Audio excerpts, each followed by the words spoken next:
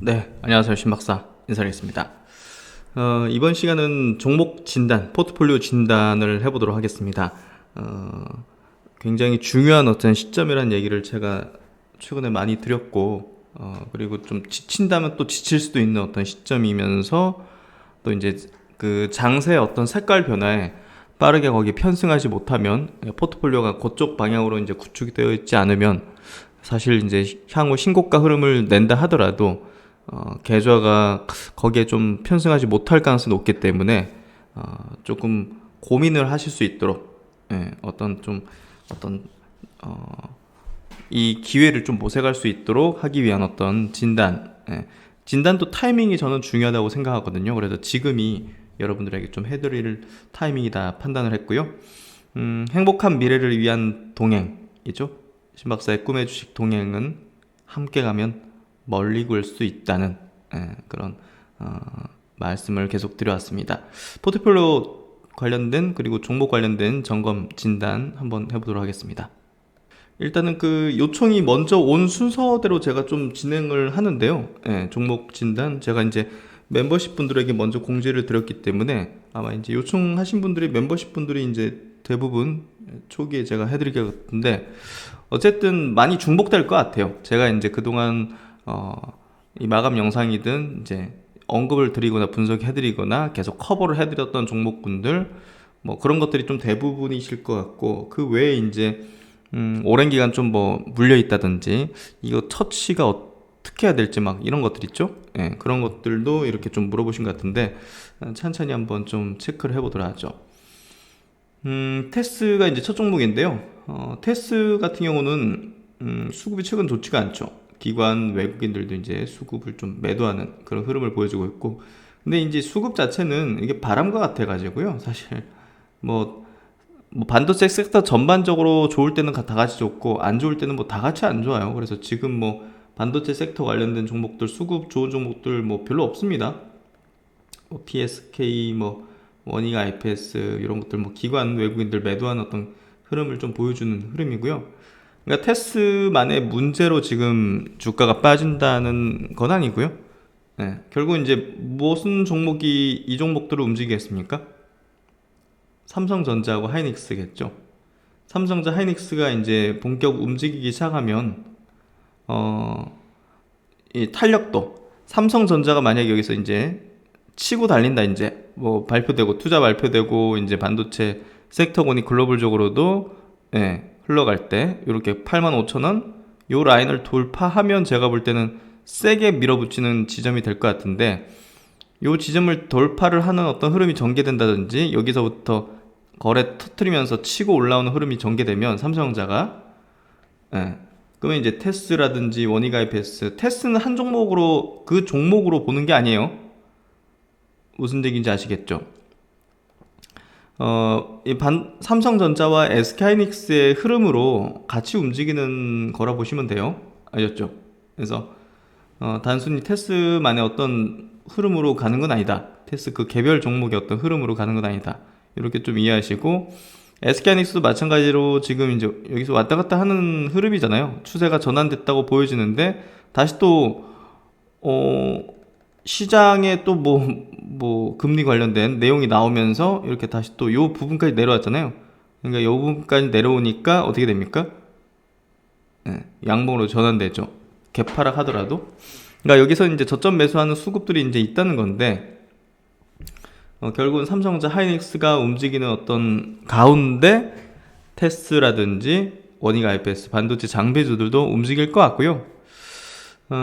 개인적으로 제가 이제 마감 영상에 몇 번 언급 드린 적은 있는데 삼성전자가 이제 움직이는 어떤 타이밍이 사실 이게 실적도 이제 1분기 굉장히 서프라이즈가 나왔고 그런 것에도 이제 반응해서 움직이지 않죠. 왠지 뭐 그냥 직관적인 부분인데요. 이재용 부회장이 이제 석방하게 되면 뭔가 좀 추세 전환 가능성이 있지 않을까 이런 생각이 드는데 뭐 삼성전자가 올라갈 수 있는 명분은 붙이면 돼요. 사실 뭐 파운드리 쪽에 이제 대규모 투자 발표를 한다든지 파운드리 쪽에 이제 기술을 확보한다든지 이제 5나노미터 이제 양산 기술을 뭐 확보해가지고 TSMC에 버금가는 기술력을 이제 확보했다든지 그러면서 이제 파운드리 쪽에 이제 점유율을 1위와의 점유율을 좀 좁힌다든지 뭐 그런 것들이 이제 핵심적인 모멘텀이 될 건데 이재용 부회장의 이제 석방 그것도 무시 못하는 저는 전환 신호로서의 어떤 흐름이라고 봐요. 결국은 뭔가 나오면 이제 뭐 M&A든 투자 발표든 뭔가 좀 경영적으로도 그 어그레시브하게 이제 공격적으로 할 거잖아요, 사실 나오면. 그렇기 때문에 그런 부분에 대한 기대를 분명히 할 거고 시장에서도 그런 부분을 미리 반영하면서 추세 전환의 가능성이 있지 않을까. 그게 이제 제 개인적인 어떤 아이디어인데 생각인데 그래서 반도체는 저는 떨어질 때마다 물량 모아가는 전략이 맞다고 봐요. 삼성전자 하이닉스도 그렇고요. 그리고 이제 테스라든지 뭐 PSK라든지 원익 IPS라든지 원익 IPS도 같이 묶어서 이제 설명드리면 되겠네요. 똑같습니다. 원익 IPS도 마찬가지로 이 종목 개별 이 종목단의 흐름은 아닙니다. 반도체 장비 삼성전자 하이닉스의 전체 흐름에 이제 의거해서 움직일 거기 때문에 저는 지금은 매도하는 구간은 아니라 보고요. 이렇게 눌릴 때마다 물량 모아가는 전략이 이 반도체 쪽에서는 맞다고 보고요. 그리고 삼성전자 하이닉스가 움직인다. 그러면 얘네들은 더 세게 움직일 가능성이 있거든요. 그러면 이제 베타가 더 높다는 측면으로 한번 전략을 짜보셔도 좋죠. 그래서 그런 부분에서 참고하시고요. 분명히 이제 반도체는 저는 움직인다고 봅니다. 그리고 이제 대한유화도 많이 물어보셨는데요. 대한유화가 사실 여기서 지금 한 4배 정도, 4배 가까이 올라왔잖아요. 4배 가까이 이제 올라왔는데 이게 단순히 이제 유화 업종, 이제 그 경기 민감한 어떤 이 업종 자체만으로 왔다면 이 40만 원까지 올라오진 못했을 겁니다. 근데 2차전지라는 2차전지 소재라는 부분이 이제 붙었기 때문에 결국 이제 40만 원까지 이제 여기 찍었었던 건데 사실 지금 빠지는 거는 2차전지 관련해서 빠지는 게 아니라 이 기업이 갖고 있는 그 유화 업종 경기 민감한 사이클에 이제 의거한 이 화학 사업 비즈니스 부문이 롯데케미칼 비롯해가지고 이런 기업들이 이제 꺾이면서 시클리컬한 어떤 이런 부분들이 꺾이면서 같이 동반해서 꺾이는 거예요. 금호석유 이런 것도 이제 보시면 차트 궤적이 비슷하죠. 그래서 이제 대한유화가 지금 빠진 거는 그 유화 쪽에 대한 포지션을 갖고 있었던 측이 물량을 매도하면서 빠지는 거다. 이렇게 해석하면 될 것 같아요. 그러면 이제 2차전지 모멘텀은 꾸준히 성장하는 부문이잖아요. 그러면 조정받을 만큼 조정받은 거죠. 여기까지 중장기 이평선까지 내려왔잖아요. 그러면 어떤 판단을 하면 좋을까요? 저는 지금 이 구간은 매수를 해야 되는 구간이라고 생각해요. 이 구간은. 무슨 얘기인지 아시겠죠? 다른 롯데케미칼이나 금요석유는 여기까지 내려온 중장기 이평선까지 내려온다고 매수하면 안 되죠. 이건 시클리컬하는 거기 때문에 이거 잘못해서 이거 물리면 이거 뭐 한 5년 10년 가버릴 수 있는 거예요. 그러니까 본전 안 올 수도 있다는 거예요. 이런 것들은 시클리컬한 거기 때문에. 그리고 이제 성장하는 쪽이 아니잖아요. 결국 롯데케미칼도 그렇고. 근데 이제 대한유화는 아니죠. 다르죠. 그렇다면 이제 그 2차전지 쪽에서 뭐 드라마틱하게 막 수익이 나진 않는다 하더라도 밸류는 분명 높아질 수 있잖아요. 밸류는 화학 쪽에서 100억 이익 나는 거랑 2차전지 쪽에서 100억 이익 나는 거랑 멀티플을 여기서 한 6배, 7배 높여주면 많이 높여준 거죠. 근데 여기는 뭐 20배씩 높여주나요? 20배, 30배씩. 그렇죠. 그러니까 이쪽은 실적이 엄청 드라마틱하지 않다 하더라도 시가총액을 높여줄 수 있는 그 룸이 굉장히 큰 거죠. 2차전지 쪽은. 그래서 2차전지 모멘텀을 생각한다면 다른 화학주는 절대 저점 매수 개념의 전략을 하면 안 되고 이 대한유화는 다르죠. 이 구간은 메리트가 높은 구간이에요. 그렇게 이제 이해하시면 뭐 갖고 계신 분이라면 매도하지 않으실 것 같고 또 새롭게 보시는 분들은 한번 좀 사볼까 할 수도 있는 부분이고 저는 그렇게 생각해요. 그래서 그렇게 참고를 해보시고요. 그리고 이제 현대모비스인데요. 현대모비스는 현대차, 기아차 이렇게 같이 묶어서 볼 수밖에 없겠죠, 당연히. 예. 근데 이제 현대모비스는 안정성은 좀 있는 편이지만 뭐 기아차는 현대차보다는 좀 탄력은 최근에 좀 둔화된 것 같은데 뭐 그럼에도 불구하고 이 종목에 대해서 뭐 현대차, 기아차와 다른 의견을 가질 필요는 없잖아요. 예. 그래서 그런 부분에서 뭐 현대모비스도 제가 볼 때는 뭐 잘 갖고 계시는 게 맞지 않을까 싶고요. 밸류는 지금 뭐 현대차든 기아차든 다 10배 내외 정도예요. 예, 현대차, 현대차도 뭐 올해 실적 대비해서 11배 수준, 기아차, 기아 같은 경우는 8.7배로 조금 더 낮죠. 그래서 3개 종목, 현대차, 기아, 그리고 모비스, 현대모비스 중에서는 지금 이제 주가 탄력도 측면에서 말씀드리는 겁니다. 기아가 가장 탄력도가 좋아요. 네, 탄력도가 좋다는 거는 상승의 어떤 힘이 더 강하다는 거예요. 현대차나 모비스보다는. 그 정도 좀 이해하시면 될 것 같아요. 네, 어차피 현대차 그룹주는 제가 마감 영상이든 계속 커버해드리는 쪽이기 때문에 펀더멘탈이라든지 사업 내용은 아마 잘 아시고 계실 거고 그런 내용은 이제 뭐 그런 영상으로 계속 보시면 될 것 같고 어떤 지금 추이나 이제 흐름 같은 거를 체크해드리면 그렇다는 거예요. 그래서 3사 중에서 제가 볼 때는 지금 현 시점에서 얘기 드리는 거예요. 네, 올 초랑 또 다른 거죠. 지금 현 시점에서는 세 개 종목을 같이 가져갈 때 기아를 가장 높은 비중으로 가져가는 게 제가 볼 때는 나은 것 같아요. 네, 그런 의견은 드릴 수 있을 것 같고 현 시점에서 말씀드린 거예요. 현대차도 모비스보단 좋죠. 왜냐면 여기 보시면 61선, 121선 위에 있잖아요. 그렇기 때문에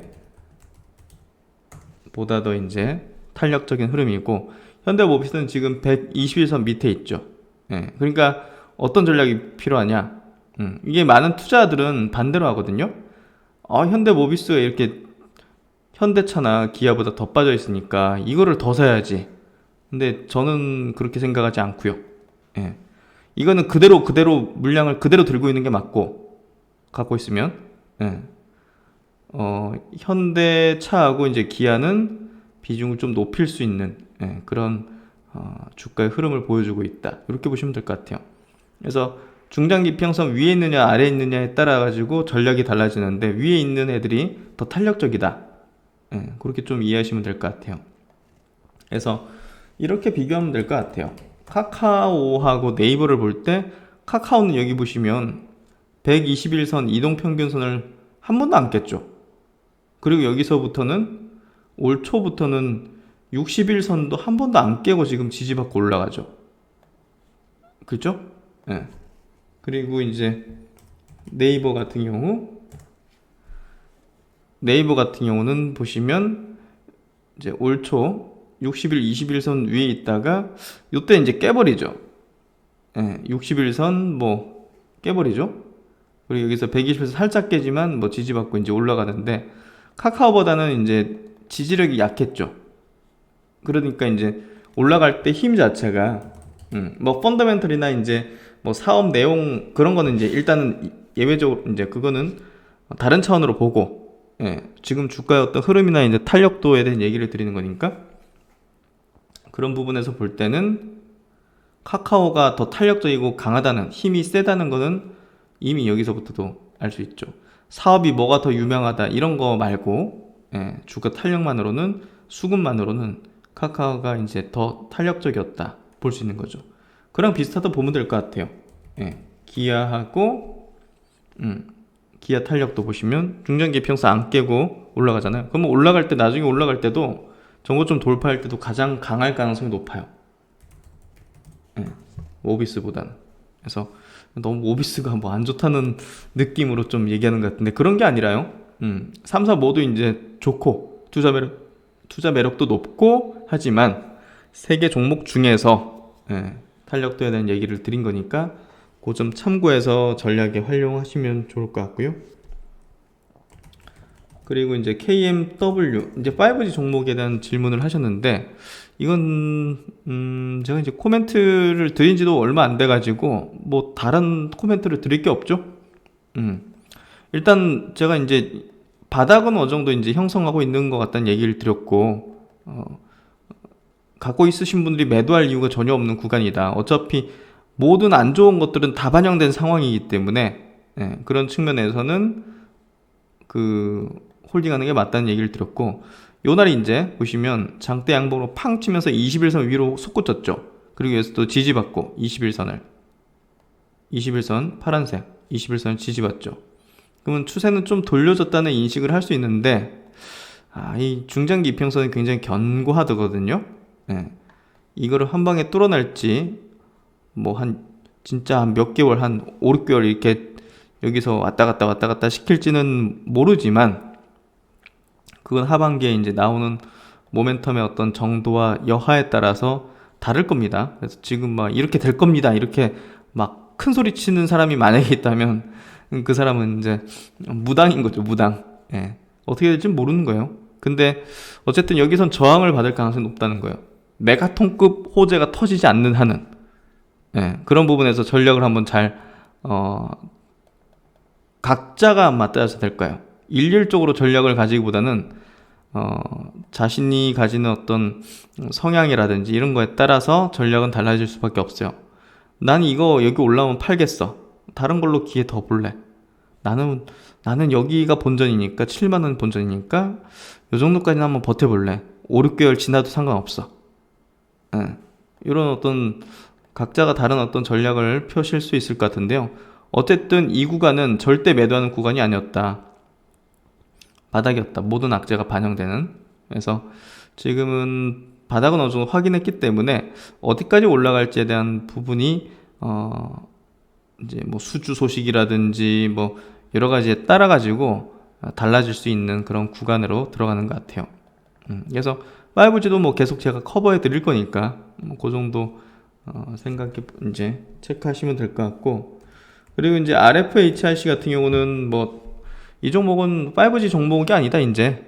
5G 말고도 이제 전력 반도체라는 엄청나게 고성장하는 분야에 또 집중적인 투자를 할 수 있는 기업이 됐기 때문에 5G 종목하고 차트 흐름은 또 다르죠. 그래서 달리 봐야 되는데 제가 이제 그때 이건 이제 멤버십 분들에게 그때 스마트 리포트로 전략을 드렸을 텐데, 역시나 이제 중장기 이평선을 지지하는 종목이기 때문에 다른 5G보다 월등히 저가 매수가 강력한 종목이다. 그건 바로 성장인데 이건 성향마다 틀리지만 신박사의 성향상 여기 부근 만약에 여기 부근 오면 나는 정리하겠다. 그렇게 의견을 드렸죠. 근데 중장기로 가볼 수도 있는 거지만 그거는 이 전력 반도체로 수익이 언제 날지, 5G의 뭐 매출이 정상화되는 게 언제쯤 될지에 대한 불확실성에 대해서는 조금 지금 작년에 판단했을 때랑은 또 다르죠. 작년 올해 초에 이 기업의 5G 섹터에 대해서 판단할 때랑은 지금은 또 다르죠. 상황이 다르니까. 지금 시점에서는 저는 전고점 부근이 어느 정도 제한된 저항을 좀 받을 수 있는 구간으로 보고, 이 정도만 올라와주면 저는 땡큐 하면서 그냥 팔 것 같아요. 개인적으로는. 그 정도? 그래서 워낙 지금 다른 업종이 치고 나갈 게 워낙 강력한 게 많잖아요, 사실 뭐 바이오만 하더라도 지금 바닥에서 박박 기다가 지금 올라서기 시작하는 것들이 많은데, 과연 5G 쪽이나 전력 반도체 쪽이 바이오보다 더 강력한 상승을 이뤄낼 수 있는 업종인가를 떠올려 볼 때 그건 아니거든요. 그러니까 상대적으로 우리가 전략을 또 세워야겠죠. 이 업종과 이 업종의 대표 종목 중에서 나는 어떤 종목에 대한 선택을 할 것인가, 어떤 종목으로 교체를 하는 게 난 더 업사이드를 크게 낼 수 있어, 계좌를 더 빵빵하게 만들 수 있어, 뭐 이런 판단할 수 있는 거잖아요. 그러니까 이게 사실 종목에 대한 제 생각과 의견, 지금 상황에 대해서, 그리고 뭐 기술적 흐름에 대해서 좀 체크를 해드리는 거잖아요. 그래서 전략적인 부분에서 이제 한번 판단을 해보셔야 되는 거죠. 이해되시죠?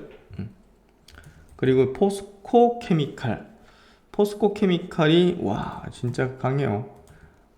포스코 그룹에서 이제 포스코는 어떻게 보면 사양산업 되는 거고 철강 쪽이야.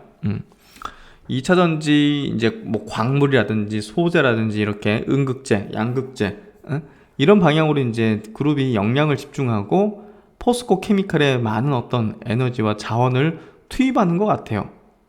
그래서 저는 포스코 케미칼이 기존에 하던 사업이 월등히 이제 매출액 비중이 높고 그러기 때문에 야 이거 2차 전지 관련된 실적이 크지 않은데 이 밸류가 너무 높은 거 아닌가? 밸류는 높죠 당연히. 보십시오. 퍼 단으로 보더라도 뭐 올해 90배, PBR이 5배입니다. 근데 이게 2차 전지 실적만으로 90배가 아니에요. 2차 전지는 뭐 굉장히 조그맣단 말이에요 실적이. 그러니까 저는 사실 좀 부담이 컸죠. 근데 주가가 뭐 이렇게 갔는데 제가 틀렸다고 해야죠. 그래서 개인적으로는 저는 선호하지 않는 2차 전지 소재주고요. 에코프로빔을 오히려 저는 강조를 많이 드렸죠. 그래서 어쨌든 포스코 케미칼은 밸류로는 이거 좀 부담이랐어 가지고 저는 이거 사시라고 뭐 가지고 계시라고 좀 제 기준에서는 뭐 사람마다 기준은 들리니까 뭐 다른 사람한테 물어보시면 이거는 가져가야죠 더 사야죠 뭐 이렇게 의견할 수도 있겠지만 제가 가진 어떤 기준상으로는 야 이거 너무 밸류가 부담인데 그래 이게 언젠가는 이 밸류가 정당화되는 시기가 오겠지만 야 그거 올 때까지 깊은 조정이 올 수도 있겠는데 하는 생각이 드는 그런 기업인 거죠. 그래서 개인적으로 좀 선호하지 않는 아주 개인적인 의견을 드리고요. 뭐 그렇다고 당장 붕괴되지는 않을 것 같은데 개인적으로 좀 선호하지는 않습니다. 그래서 그런 정도를 코멘트를 드리고 상대적으로 좀 더 메리트가 높은 그 소재들이 많다고 생각하고요. 그런 쪽에 대한 부분이 더 낫지 않을까 하는 의견을 조심스레 들어봅니다. 그리고 이제 알테오젠인데요. 제가 이제 시총 상위 바이오 섹터 군 중에서 코스닥 쪽에서 중장기로 좀 가져갈 만한 어떤 바이오 종목이 당연히 이제 셀트리온 그룹주는 이제 중장기로 가져가는데 그거 말고 이제 다른 종목이 알테오젠하고 저는 휴젤을 말씀드렸거든요. 그래서 휴젤은 근데 최근에 이제 멤버십 분들에게도 이제 의견 들었어요. 야, 이거 신세계 인수 이슈가 나와버렸기 때문에 재료 소멸 차원에서 단기적으로는 좀 매도 구간이다는 얘기를 들었거든요. 근데 이제 알테오젠 같은 경우는 충분히 조정을 거의 한 10개월? 9개월, 10개월 이렇게 받았거든요. 그래서 최근에 저는 어느 정도 중장기적인 관점에서 볼 때 저점은 좀 지났다고 보여지고요. 지금 구간이 어느 정도 중장기평선 481선이죠.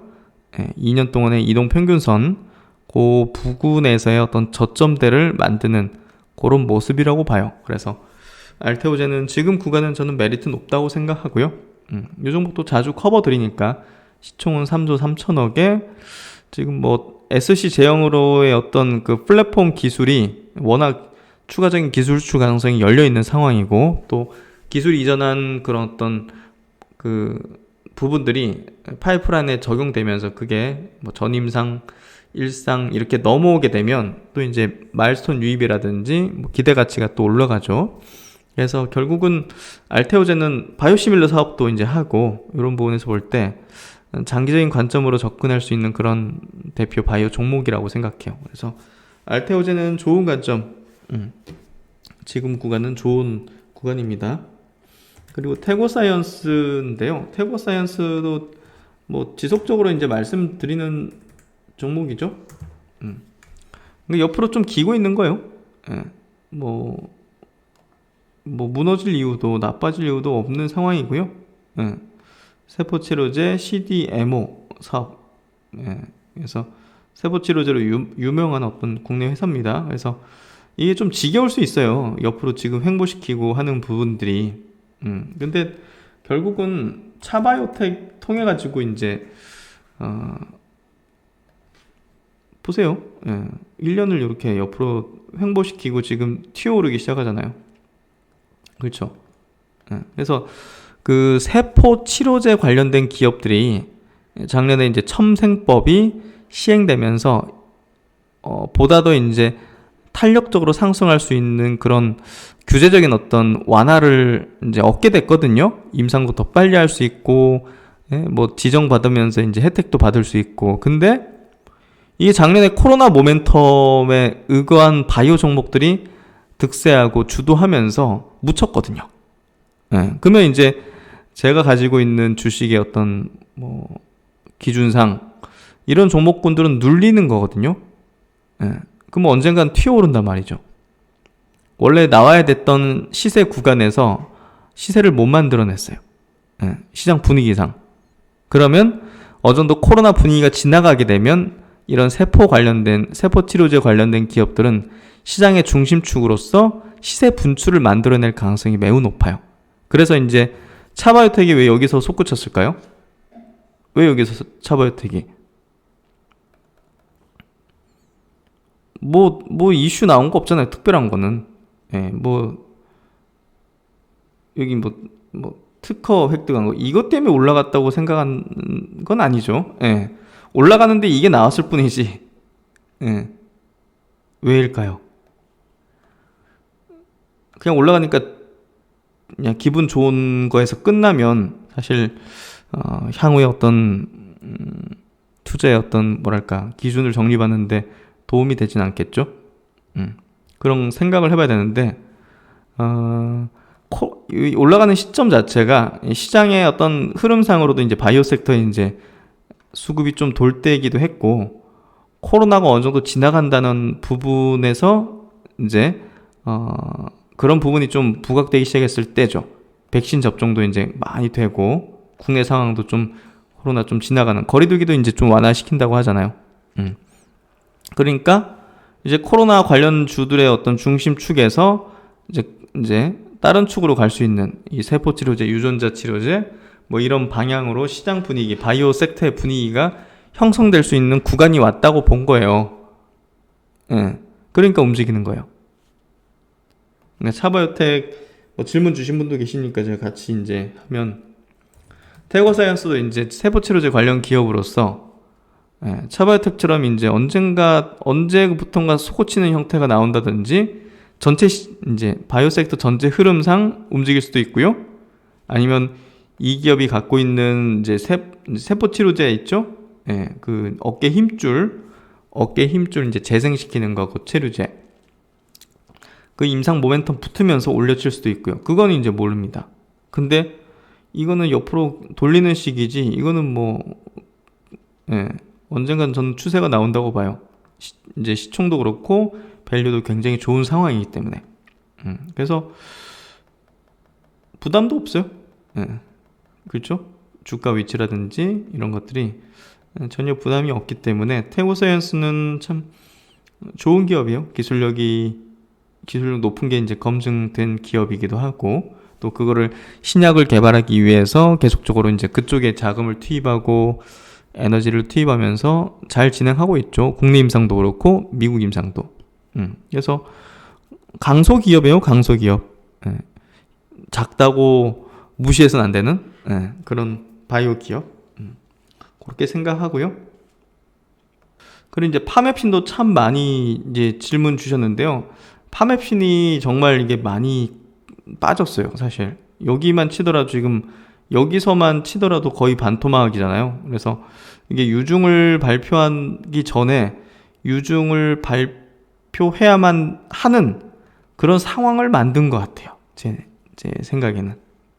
그래서 이 기업에 대해서 지금 어떤 관점을 가져야 되는지에 대해서는 제가 마감 영상에서도 한 몇 번 설명드리긴 했어요.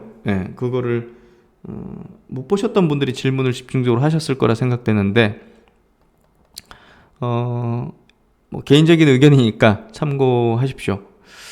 저는 유중 받는 게 맞다고 봐요. 지금 구간에서는. 이 기업이 망할 기업도 아니고 지금 뭐 임상 3상 뭐 결과를 앞둬가지고 과거에 이제 뭐 삼상을 진행하다가 엎어진 뭐 신라젠부터 해가지고 뭐 코오롱 티슈즈라든지 뭐 그런 어떤 뭐 그리고 헬릭 스미스 같이 그런 어떤 구간에 있는 기업은 아니거든요. 그래서 제가 볼 땐 최근에 이렇게 빠진 게 이제 일대주주가 매각한 그 이유가 좀 가장 컸던 것 같고, 수급적인 이슈죠. 그래서 수급적인 이슈로 인해서 주가가 빠지다 보니까 이 전환사채 상환에 대한 부분이 오면서 그걸 가지고 있던 캐시를 가지고서 주고 돈이 없으니까 유증을 하는 그런 선택을 하게 된 건데, 그거에 대한 이해를 하기 때문에 뭐 저는 개인적으로는 유증을 받고요. 개인적으로는 누구 받으세요 이렇게 제가 얘기 드릴 수는 없고, 개인적으로는 유증을 받을 생각이고요. 그래서 지금 그냥 들고 있습니다. 또 이제 손실이 있지만 그거는 이제 뭐 계속 손실이 아닐 거라고 생각하기 때문에 들고 있겠죠. 그래서 이 기업에 대해서는 뭐 파이프라인이나 이런 것들은 뭐 계속 추적해서 분석하고 있고 내용을 알고 있기 때문에 뭐 지금 유증받거나 하는 거에 대해서 크게 저는 부담을 가지진 않고요. 그래서 어쨌든 요거 좀 내려온 상황이기 때문에 찍혀있는 손실이나 마이너스는 조금 무섭죠, 보면. 그래서 그런 부분에서는 조금 쉽게 지금 구간에 대해서 설명하기가 어렵겠지만, 워낙 바이오주들은 이제 저도 2015년부터는 이제 바이오주들을 이제 주력으로 많이 거래를 했고, 투자를 해온 상황 속에서 많은 케이스를 이제 본 사람 입장에서 경험자로서 뭐 이런 케이스 이제 뭐 제가 한두 번 맞아봤겠습니까? 근데 이런 구간 유증 웬만큼 받아내고 버티고 하니까 뭐 사실 뭐 나중에 거의 대부분이었던 것 같아요. 어마어마한 수익으로 이제 오게 됐던 것 같고, 제가 이제 셀리드에 대한 얘기를 한번 드린 적이 있는데, 셀리드를 뭐 제가 이걸 다 수익을 취했다 이건 아니지만, 제가 이제 상장하고 나서 이렇게 주구장창 빠지는 구간에서 계속 관찰하고 있었거든요. 계속 관찰하고 또 이제 이런 구간에서 매수했다가 단기적으로 매도하기도 하고, 코로나 전에 이제 갖고 있어서 물량을 일부 들고서 쭉 가기도 했고, 근데 뭐 지금까지 들고 있는 건 아니지만, 근데 이제 이런 구간도 있거든요. 코로나 때죠. 이런 구간도 있는데 이건 막 설명할 수가 없는 거거든요. 이렇게 3만원 이렇게 하다가 지금 12,000원까지 3분의 1 토막이 난 거잖아요. 그렇죠. 그러면 진짜 황당한 거죠. 뭐 3천만원치 들고 있다가 1,000만원이 된 거니까. 근데 이게 결국은 이제 1,000만원이 됐던 게 이제 뭐 이렇게 지금 보시면 뭐 1억 4천이 됐다는 거잖아요. 결국은 금액으로 따지면. 바이오 주식들이 좀 그래요. 그래서 뭔가 좀 기준을 명확히 갖고 있지 못하면 바이오주는 정말 힘든 거래 대상이 되죠. 그리고 손실을 굉장히 크게 입을 수 있는 그런 영역이기도 해가지고, 이 분야에 대해서는 철저하게 이제 원칙을 갖고 있지 않으면 안 된다고 생각해요. 그런 부분에서 원칙을 지키고 고수하기 위해서는 레버리지를 써서는 안 된다는 얘기로 제가 드렸고, 왜 쓰지 않아야 되는지에 대한 설명은 당연히 이제 이해하실 것 같고, 그래서 그런 부분에서 볼 때 파맵스는 저는 뭐 지금 구간에서는 유증 받는 게 맞다는 생각을 해요. 그래서 그런 얘기를 좀 드리고요. 그리고 이제 대상인데요. 대상은 이제 음식료 업종의 대표 주자잖아요. 그래서 뭐 여러 가지 이제 굉장히 많이 팔죠. 뭐 청정원이 대표적인 브랜드고, 순창 고추장, 뭐 간장, 뭐 김치, 두부, 뭐 신선식품 여러 가지. 청정원, 뭐 후추 뭐 이런 것들, 이제 조미료 이런 것들 많이 있잖아요. 그래서 실적 굉장히 탄탄하고, 그리고 지금 음식료 업종이 사이클을 도래했다고 보는데요, 개인적으로. 그러면 대상도 당연히 이제 거기에 편승하는 흐름을 내겠죠. 그래서 지금 이렇게 밀려있는 요 구간은 제가 볼 땐 좋은 그 저점 매수 구간이라고 보여져요. 그래서 혹시라도 뭐 이런 데서 만약에 사셨다면 들고 있으면 되죠. 아니면 추가 매수한다든지 이 구간에선. 그렇게 보면 될 것 같고, 음식료 업종은 지금 뭐 비슷하게 움직이기도 해요. 농심 뭐 이런 거 라면 업체 이제 하반기 뭐 가격 인상한다 해가지고 할 가능성이 높다 해가지고 이렇게 좀 올라가잖아요. 그래서 사이클적인 측면에서 움직이는 것 같고요. 제가 볼 때는 괜찮은 흐름을 보일 수 있는 대표 업종일 것 같아요. CJ제일제당도 최근에 올라가다가 좀 밀렸는데 뭐 이런 것들은 사이클상 이제 조정 구간이라고 보고요. 그런 부분에서 대상하고 비슷하죠. 대상이나 CJ제일제당이나 다른 어떤 그 삼양사 뭐 이런 것들이나 주가 궤적은 비슷하죠. 근데 사이클상 이제 업사이클로 지금 들어가고 있는 구간이라고 생각되고요. 그런 부분에서 대상의 주가는 저는 뭐 지금은 메리트 높은 구간이라고 생각합니다.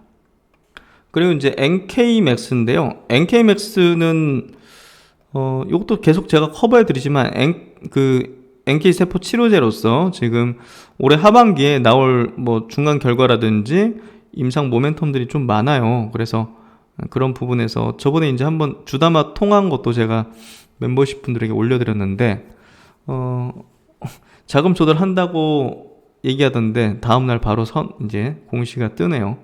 어쨌든 자금 조달 잘 됐고요.